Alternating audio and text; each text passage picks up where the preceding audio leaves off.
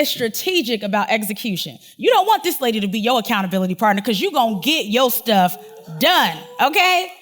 She is the president and CEO of MJ Consulting, LLC, where she specializes in guiding organizations through rapid growth phases and through aspiring to scaling, through franchising. This lady is a franchise expert. We talked about Women's History Month. She made history of being one of the first, listen, we're going to put respect on it, franchisee of edible arrangements in the state of Alabama. And so when we talked about making history in this month, the second day of March, I wanted to bring a herstory maker to the stage. And not only did she have one, she had two, okay? I'm super excited. There's more things on here, but I want to just get her to the stage. She's amazing. She's been my mentor. She's a coach. She will kick me in the butt. She will hold the tissues when we need to cry. She's going to encourage you to execute. She's going to strategize with you. She's going to pray for you. And she's going to do it in elegance and excellence. And I'm so excited. She's a water walker.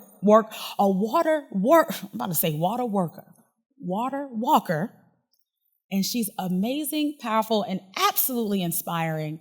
And I'm looking forward to this next iteration of her life. Without further delay, Michelda Johnson, come to the stage. We need some music from Michelda.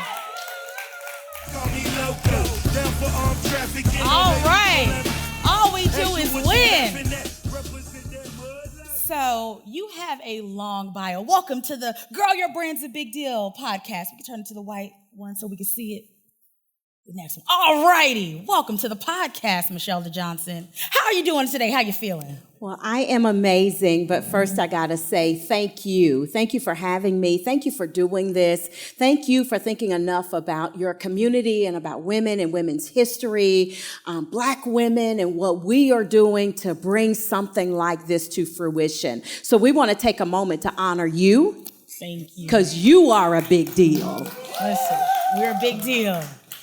So tell us something about you that's not in your bio. Ooh, that is not in my bio. Let me see. What's not in my bio is that I could give you a few things that's not in my bio, but we're going to keep it simple, right? One of the things that is not in my bio is that my first business was at the age of 18. Now, if I tell you about this business, I will date myself, but that's okay, right? Does anybody remember when the cars used to have the gold emblems? Anybody? Okay, I heard somebody say, oh yeah, okay. I got some folks that's in my bracket. So my first business was I contracted with the Cadillac dealership, the Nissan dealership, right? And we would go in, and as they would pull the cars off, I had a gold plating machine, and we would go in and plate the emblems in gold so that they could sell them, because that was a very popular thing at the time. That is not in my bio. Starting at 18. So how did you transition? So from this 18-year-old who's selling these emblems and working in the auto industry to franchises? You know, it's an interesting story, right? And one of the things that I say is that what we have to do is understand and give ourselves the capacity to say yes. Right. And so I hear so many people saying, I'm not sure of my future. I'm not sure of my purpose. But one of the things that I know is that one yes will lead to the next yes that will lead to the next yes. And so you have to be willing to take advantage of opportunities and give yourselves the opportunity to do things that feel uncomfortable and unfamiliar, right? And so one of the things that I did, the thing for me is I didn't even grow up really thinking about entrepreneurship. Right? I'm from Alabama. And in my mind, I didn't have an example within my immediate family of what entrepreneurship should look like. right? So in my mind, I was going to do like my mother and my grandfather and, all of that was get me a job, stay there for 30 years, right? Collect my pension, my pen, my certificate. And when I started really realizing that I was made to have greater impact, then I realized that I had to do more. So that I could create greater, right? And so it started with just saying yes. It started with saying yes. From there, my career was in human resources. And so I started in human resources, worked my way up to a vice president of human resources for a major Fortune 100 company. I quit that company and started an HR consulting practice. And in starting that HR consulting practice, we had contracts with organizations all around the nation. And from there, right, my mother got sick. I was living in Atlanta at the time, and my mother got sick, and I was traveling quite a bit, and I said, okay, I need something to do that will give me the opportunity to be more stable. Stable meaning not traveling as much. I was stable, don't get it twisted now. But I mean not traveling as much, right? And a friend of mine, and one of my mentors, she said, have you ever heard of edible arrangements? And I had not. There were only 2 edible arrangement stores in Atlanta. There were not any in Tennessee, in Alabama, and there weren't any. There was maybe 2 in Florida, right? And so when she said that, I had no point of reference. Went to the website, I saw fruit on a stick, and I'm like, what in the world? I don't know what this is. Right? But here is the hallmark of who I am. My love language is execution.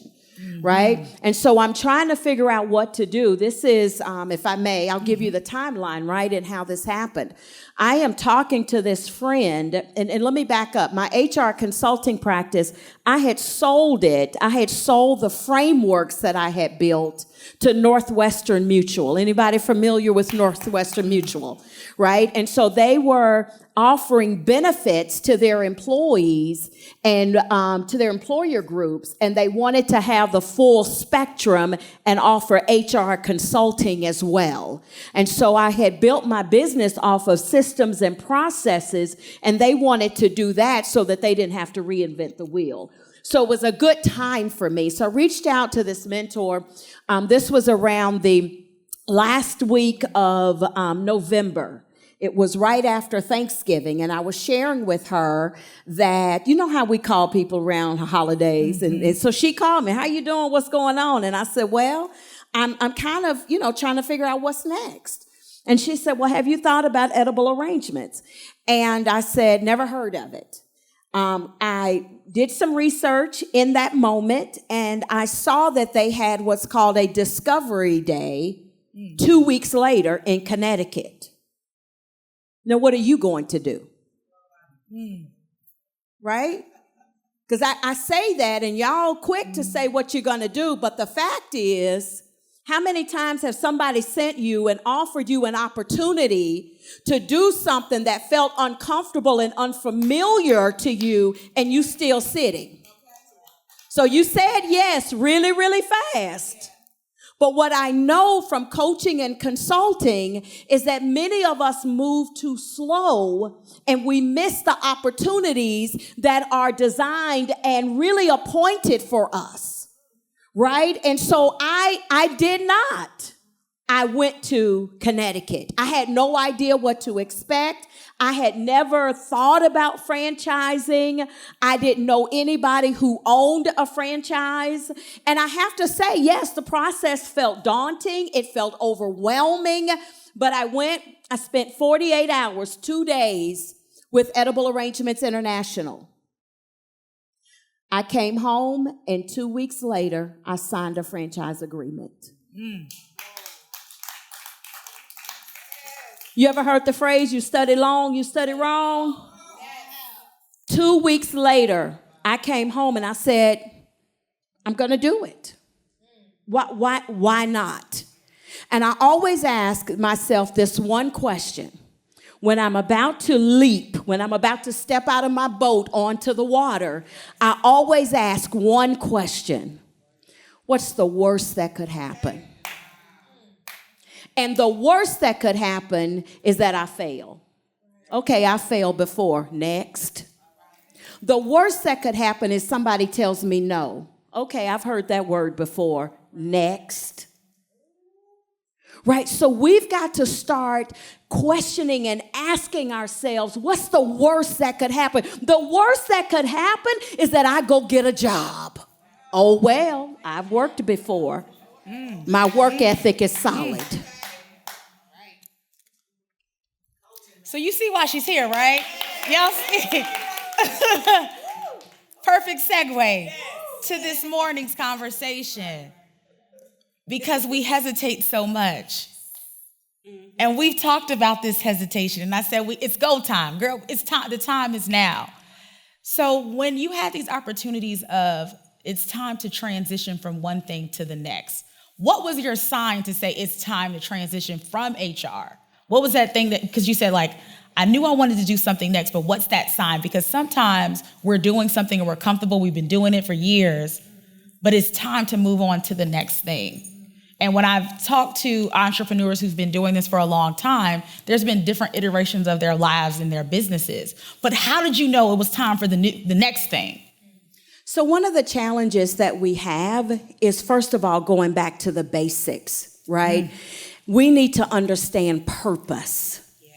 And sometimes we miss that before there was a you, purpose existed. I'm going to say that again. Before there was a you, your purpose existed. And then because purpose was there, you were birthed so that you could walk into the fulfillment of what that purpose is, right? And so many of us, what happens is we have a misalignment of purpose, right? We've said yes to some things that we should have said no to. And we've said no to some things that we should have said yes to. Let me back up. Let me add to that. We've also said yes to some things that were for a season, and we built a house where we were supposed to pitch a tent. Ouch. If you can't, what do they say? If you can't say it. And so there's nothing wrong with loyalty, right? But we misconstrue loyalty, right? From both sides, right? So we'll have people that we connect to who will misconstrue loyalty and think that because I'm there in this moment, I'm supposed to be there for life.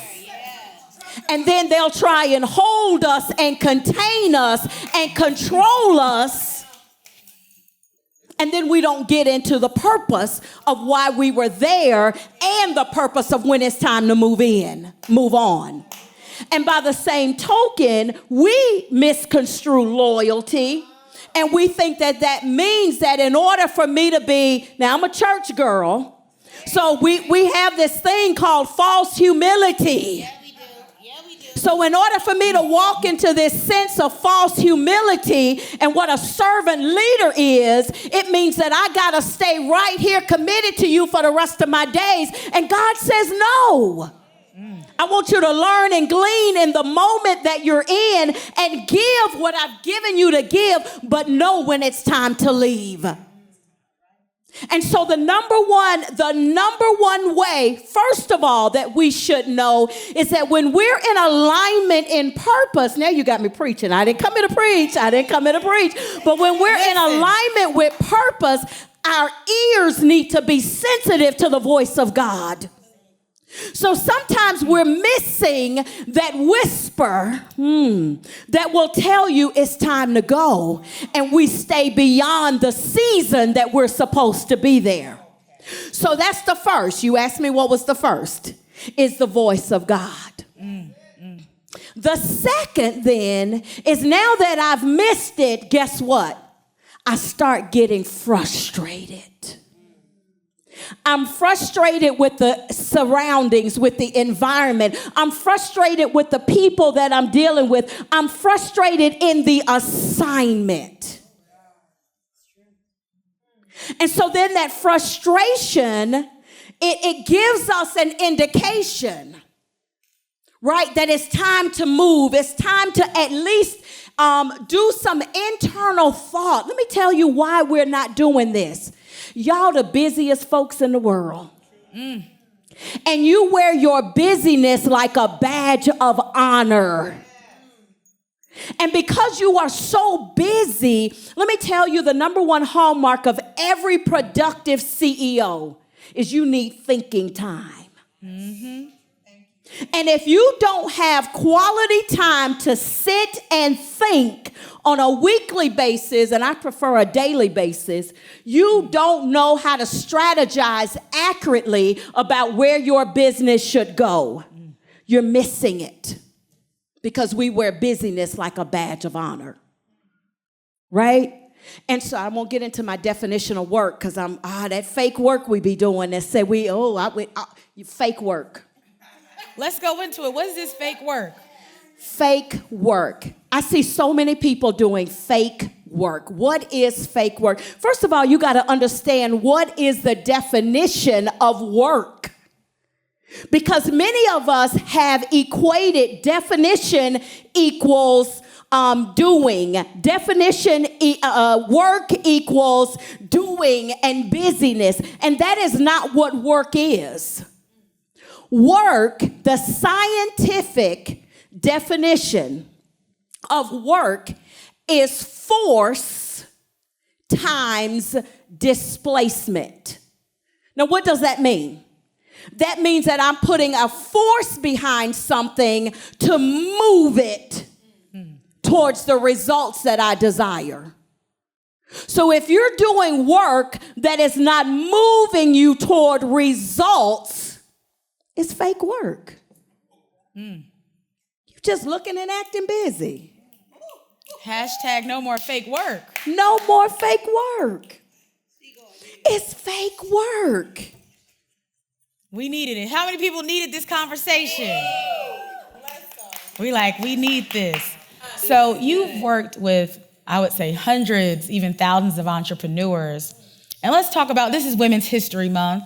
And let's talk about women entrepreneurs and specifically Black women entrepreneurs. What are the top 3 things that are holding us back? Whew. Somebody's going to take some notes. Where we going to start? Listen. We call her Michelda. Listen. Boy, she should have sent me these questions in advance.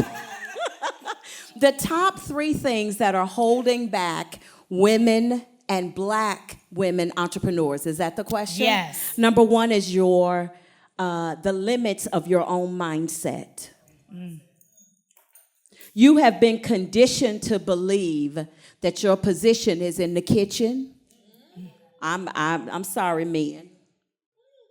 You have been conditioned to believe that all you're supposed to do is cook and clean, and then that's your first priority, and then whatever else comes on afterwards is what happens. And so you're trying to be, anybody remember, I'm telling my age again.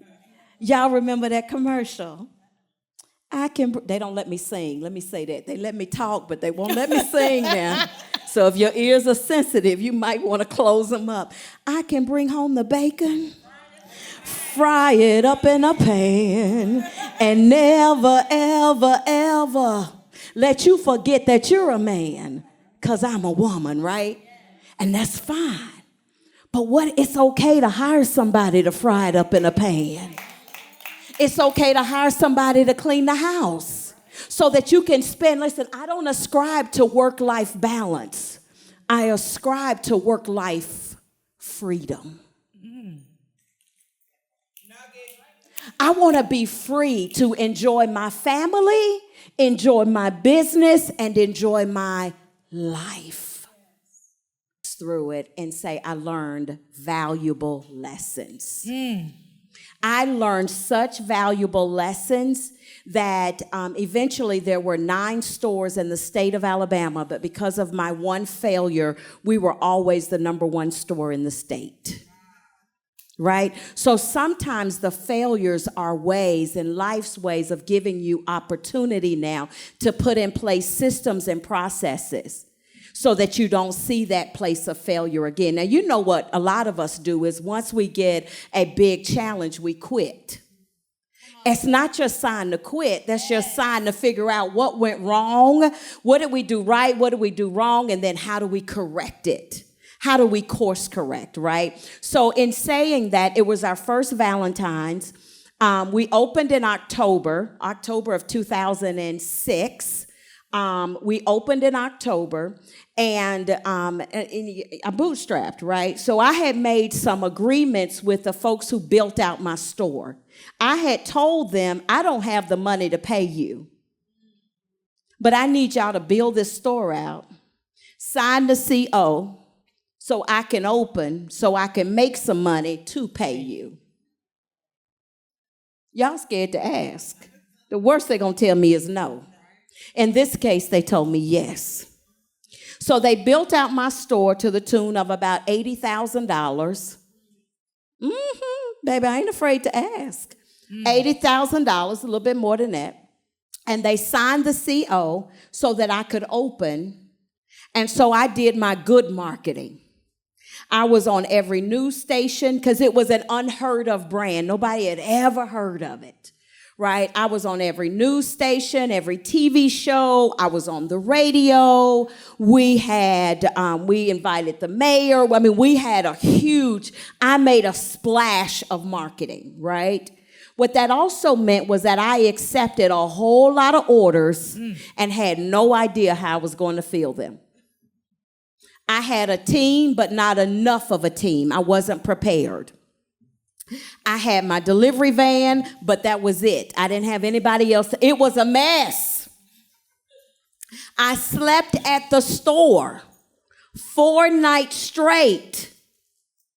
I would get up, go in the bathroom, brush my teeth, wash my face, and go back at it. All night long. And I mean, I would take like 15, 20-minute naps and then get up and make 2 or 3 more arrangements.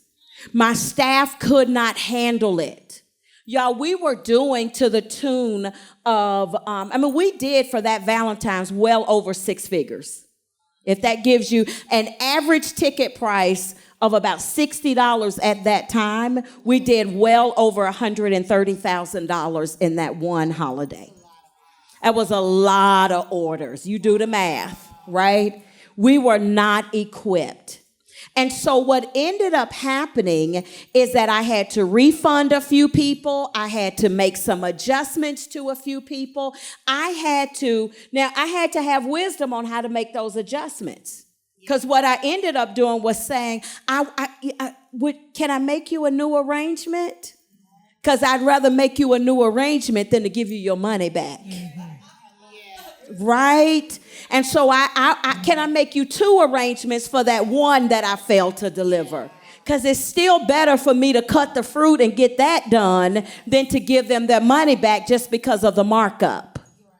Right? And so I failed. But what I learned was the lesson of how to get it done. And so we sat, after I cried and did all of that, we sat in a room, me and my team, and we talked about what do we need to do differently. What does that look like? How do we do it? We created spreadsheets. We created even a time frame because, like the little ribbon that you put on the have anybody got an arrangement? You see the little ribbon? Like we started cutting ribbon the day of. Why? We should have started cutting ribbon in November, right? So we put in place systems so that what happened was as we grew the next Valentine's, where other stores were saying, we can't take any more orders, we have reached capacity, we never cut off. We took orders until we couldn't take any more. So our 6-figure launch, our 6-figure Valentine's went to multiple 6-figure Valentine's, right? And then Mother's Day became 6 figures. And then Father's Day became 6 figures, right? Oh, Father's Day, yes. Administrative Professionals Day, Bosses Day, right? So then it became, but we could handle, because we put in place systems and a framework on how to make sure we were never saying no to a customer. I will tell you the other thing that we did is we made it easy for a customer to buy from us. Right? So sometimes what we're doing and what we're selling is we make it too complicated. Right? We make it so hard. In fact, how many of y'all sell products? Right? For those of you that sell products, sometimes what I see people do is they'll send them to the website. They'll promote a product and then say, go get it from my website. I don't want to get it from your website because now I got to go through all the shenanigans, right? And I'm going to get frustrated, and 9 times out of 10, I ain't going to get it. So send them directly to the product. And then once you send them to the product, have a couple of things that they can upsell to create a nice bundle after they've put the product in their cart. But don't let them get lost in the minutia of trying to figure out, because they really came for that one thing. Right? So sometimes we make it too complicated. So for Valentine's, here's what we did. We wanted to sell the highest arrangement with the largest margin. So now nugget number 2, do you know the margins on your products that you sell? You must know what your margins are so that you can determine. I challenged my Facebook group today to pick an item and go send an email to their audience and sell that item today. Pick an item that you know solves a need for your clients. Don't forget, as entrepreneurs, we got all kind of fancy names to put with it, but at the end of the day, you are a solutionist. You solve problems. So as an entrepreneur, let me give you a true story, and then I'm going to keep going with Edible Arrange. True story. If you followed me, and if you go back on my social media, in 2009, I put up a post that said, I sure wish somebody would go buy my groceries and deliver them to my house.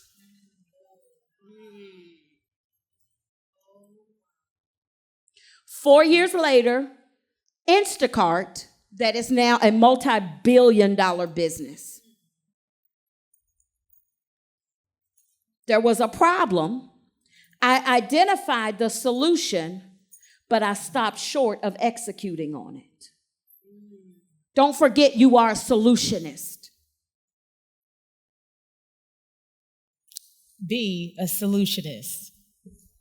There was a couple of things that she talked about. Marketing, being visible, strategizing, and knowing when your time and season is.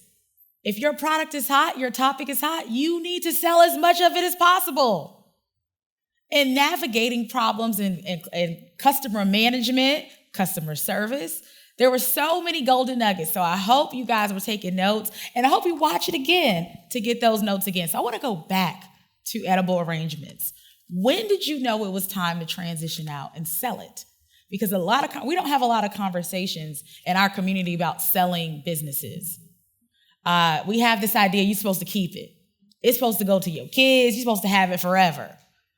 And there's another business model, selling and buying businesses. And I just want to, so tell us a little bit about that process. When did you know it was time? Again, those transitions.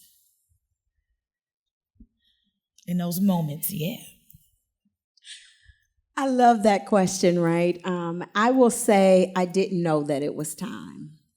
And I would say that I probably wasn't ready to sell it. But what I had created in the business was I had created a business that somebody wanted. And they wanted it so bad that they were willing to jump high to get it. So my question is, what are you creating in your business that somebody will want? I wasn't necessarily ready to sell. So here's the thing, right?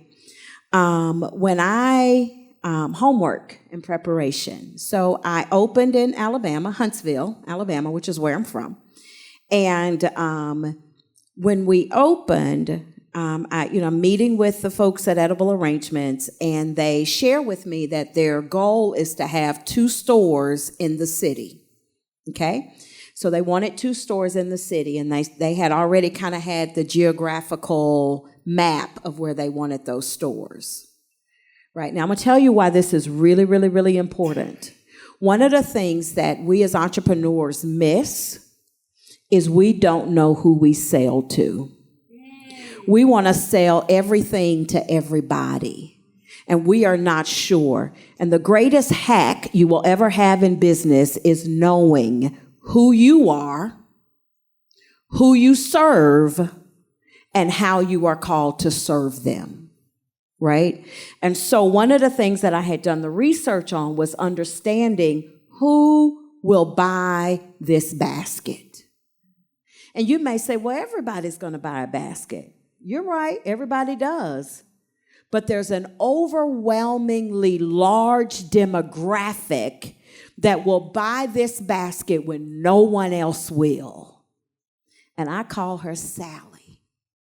And I researched Sally. I got to know Sally. I knew how much money Sally made. I knew what Sally's husband did. I knew what was important for Sally. I knew where Sally was going to hang out. I knew what magazines Sally was reading. I knew what social media platforms Sally was on. I got to understand Sally. Everybody else was gravy, because everybody else would buy just on Valentine's. Well, I can't pay my bills with the one person that just buys on Valentine's. I needed to be where Sally lived. And so to put it in perspective, there was this great side of Huntsville that was the wealthy, the Alpharetta side of Huntsville. Okay. There was the Alpharetta side of Huntsville, and there was the not really the hood, but hood adjacent, right? So maybe the Duluth side, right? It was the Alpharetta side and the Norcross. I live in Norcross, and the Norcross side, right? But anyway, it was this other side that was more of your middle to high class, middle class, right? So where do you think, and more of your lower to mid-middle class, where do you think Sally lived? No, Sally did not live in Alpharetta. Sally's median income was about $70,000.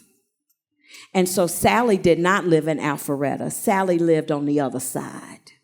And so they gave me the option to open 2 stores at one time. I was bootstrapping, so I said, no, I can't do that.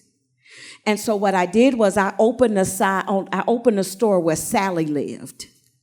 And I had them to write in my contract, my franchise agreement. I do franchise consulting, so I'm trying not to go too deep, but I'm going to answer your question. I had them to write into my franchise agreement that I had exclusivity to the zip codes that I knew Sally lived in. So that meant that even if that other store got open, they could not deliver in my territory without coming through me. So now I've got exclusive rights to Sally.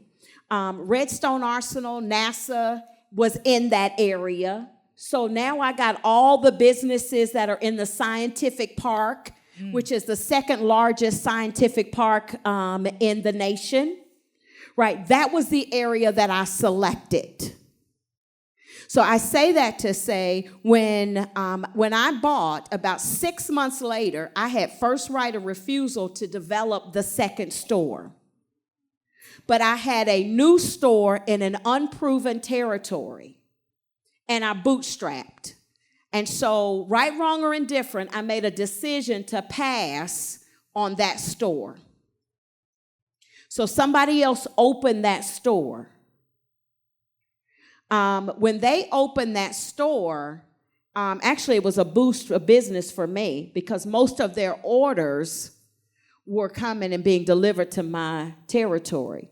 So they had to take the order and send it to me. They kept 11, 12%, and I got the rest.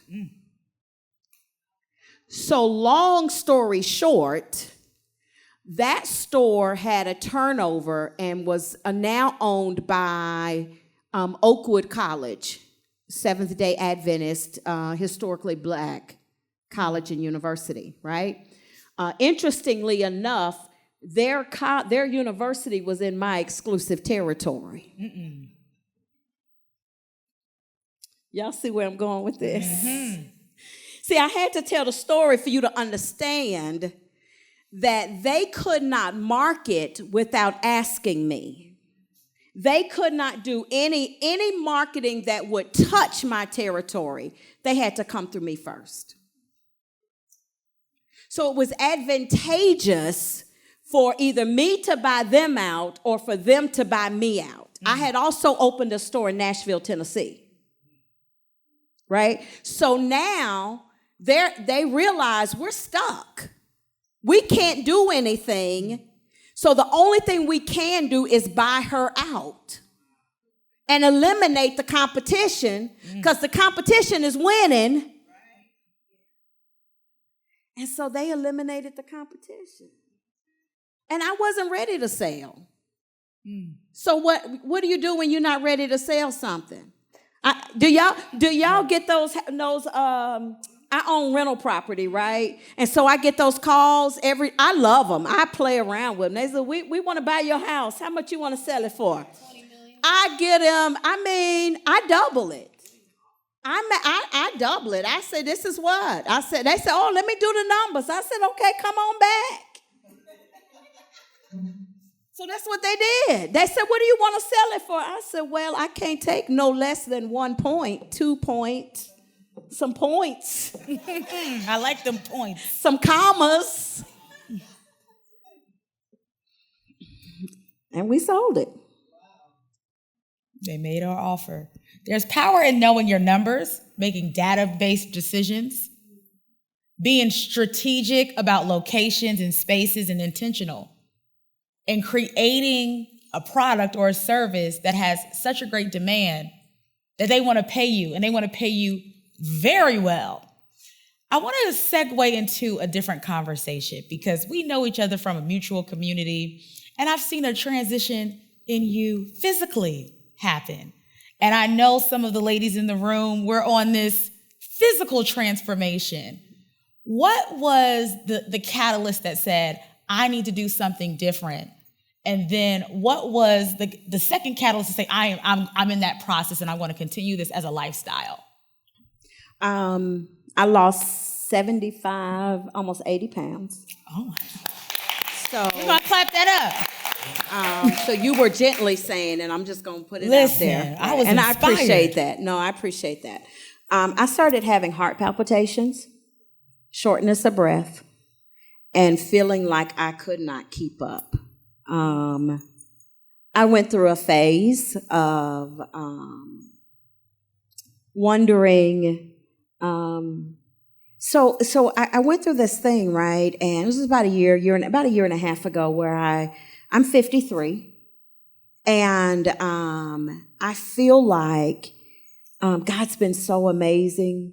I feel so blessed. I've done things that they may not be history to anybody else, but there are things that I never imagined that I would do. And entrepreneurship is a grind. I'm not going to tell y'all it's a bed of roses. It's a grind, right? It's every day making a decision to remain in alignment, to do, to be, and all of that, right? And so I got to a point where I got exhausted with the grind. And so I was having heart palpitations, panic attacks, like literally was on 285 several times and had to pull over because my heart was just racing so fast. Blood pressure on average was 170, 180 over 110. And I have a high tolerance of stress. And so sometimes because we power through things, we move through, we take a lick, all the things that they've told us we're supposed to do. We take a licking and keep on ticking. We do all the things, right? That I had conditioned myself and my body, that if I was sitting and just being, that something was wrong, that I wasn't being productive, that I wasn't. So when I talk about work-life freedom, I'm talking about me. I can't teach you something I ain't been through. And so I realized that, and what I said was, and I accepted a job. I had a client, I went to work full-time for him because I said, you know what? Maybe this is where I'll settle. I've done a lot. I'm good. God, you've been great. And I have no problem being a number two, right? I'm a servant first, a servant leader. And I love to serve. And so I said, I'm good with that. And so I was ready and prepared to sit and support and serve because I was exhausted. Now I learned some other things about myself in that period of time that has brought me almost full circle. But so here's what I would say, right? As you are working through your business and what's important for you for that level of growth, don't neglect your health because your health is truly your wealth. I have a 4-year-old granddaughter. I want to be able to run with her. I want to be able to play with her. I got business pursuits that I'm going after in Belize. I want to be able to hop on a plane and go when I need to go. I want to be able to enjoy life and the fruit of my labor and not just labor and there's nothing to enjoy. So your health is so important. Get your checks. Women, please get your checks. Make sure you are taking care of yourself. You're getting your vitamins. You are sleeping and resting. And that you realize and are affirmed in it's okay to sit and be. Friend of mine called me the other night and he's like, what are you doing? And I said, I'm just sitting here in the dark. Yeah, no, he was ready to sign me up for the loony bin. You just sitting in the dark, like, what's wrong? Nothing's wrong, just sitting here in the dark. I was just sitting in a space of enjoyment.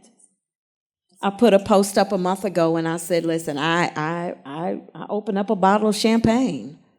I wasn't celebrating anything but life. So I opened a bottle of champagne, got out my best paper plates. The best ones, the good ones. But that's what I want to encourage you to do, right? Eat at the big table, right? Pull out your best china. Sit on your best sofa. Drive the Sunday car.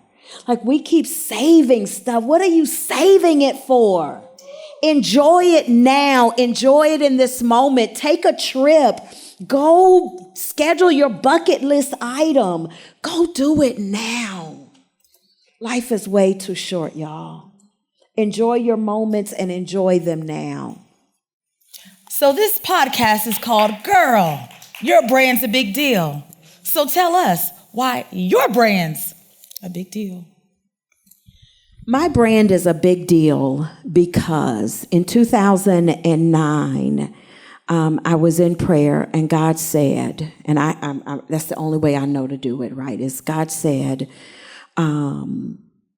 there's going to be this transfer of wealth. And I need you to help build entrepreneurs to know how to be effective and impactful CEOs so that they will and know how to grow businesses that will give and support community and the kingdom. Right? So the brand is a big deal because I am my sister's keeper. There is not a need you should ever have that someone within your community should not be able to write the check, to fund it, to pray for you through it, to do all of that. And that's what we need to be in our respective communities. And if you ain't got no money in the bank, you can't do that. And so I need each and every one of you to realize that your brand is a big deal so that you can grow to the wealth, the millions, the multi-millions that you are supposed to have. It's your inheritance. What? So, Michelda Johnson, what's next for you? I know you're in a new transition. You outside, Michelda. What's next? We want to know what that looks like. Listen, I am having a blast. One of the things that in my CEO quiet time, one of the questions that I asked and that was really perplexing to me is, why do people get stuck? Anybody ever been stuck? Right? And I've been really asking the question, why do people get stuck? And now my focus is how to unstick your stuck. Right? That is my focus, is how to help you get to the results that you are supposed to have, how to skyrocket your revenue, how to increase your results. That's by eliminating fake work. That's by figuring out where you are misaligned with purpose, and then creating the simplified offer to get you to no less than $50,000 per month in revenue.